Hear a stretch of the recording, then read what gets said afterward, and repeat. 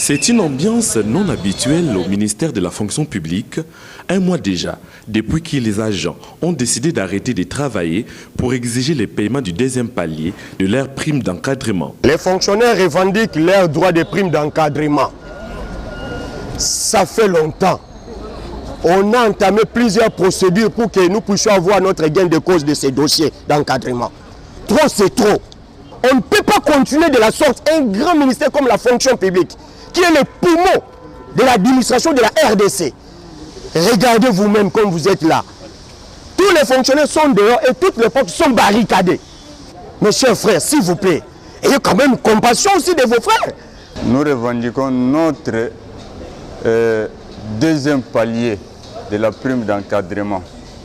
C'est ça le vrai motif. On devrait nous payer le deuxième palier. Par rapport au temps de paiement, ça a pris un retard. C'est pour cela, maintenant, c'est converti à la paye complémentaire. Ces agents et cadres du ministère de la fonction publique sont catégoriques. Il n'y aura pas de reprise de travail si le paiement de cette prime n'intervient pas. Vous pouvez comprendre que la fonction publique, plus de 4 semaines, les agents sont en grève, les portes sont fermées, mais nous allons intensifier la grève. Parce que nous, on a quand même ouvert, il y a eu des négociations. Nous avons dit aux agents de rester un peu calmes pour qu'on puisse avoir des solutions à notre problème. Mais jusqu'à présent, il n'y a pas de solution. Et nous sommes en train d'aller. Est-ce que la grève peut faire 1 mois, 2 mois, 3 mois? Nous revendiquons nos droits. Tous ces portes que vous voyez là sont fermées. Seront ouverts jusqu'à ce que le fonctionnaire aille à la banque et touche son argent en espèces comme ça. À ce moment-là, nous allons ouvrir des portes.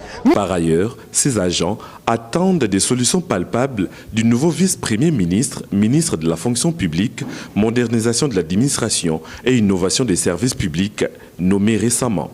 Nous saluons son arrivée, mais nous ici, vous savez que la fonction publique, il faut que les ministres puissent comprendre les doléances des gens en fonction de l'État.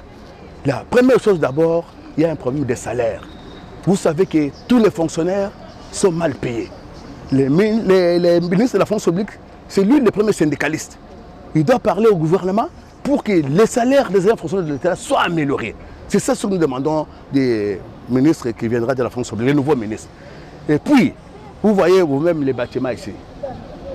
Depuis qu'on a mis la couleur, ça fait 10 ans. Les bâtiments ici. Si vous entrez là-dedans, et regardez les bureaux, les agents sont entassés. Dans un message après sa nomination, les vice-premiers ministres, ministres de la fonction publique, modernisation de l'administration et innovation des services publics avaient reconnu l'ampleur de la tâche qui lui revient. Il compte sur l'apport de fonctionnaires pour doter à la République démocratique du Congo une administration publique moderne à la hauteur de sa grandeur.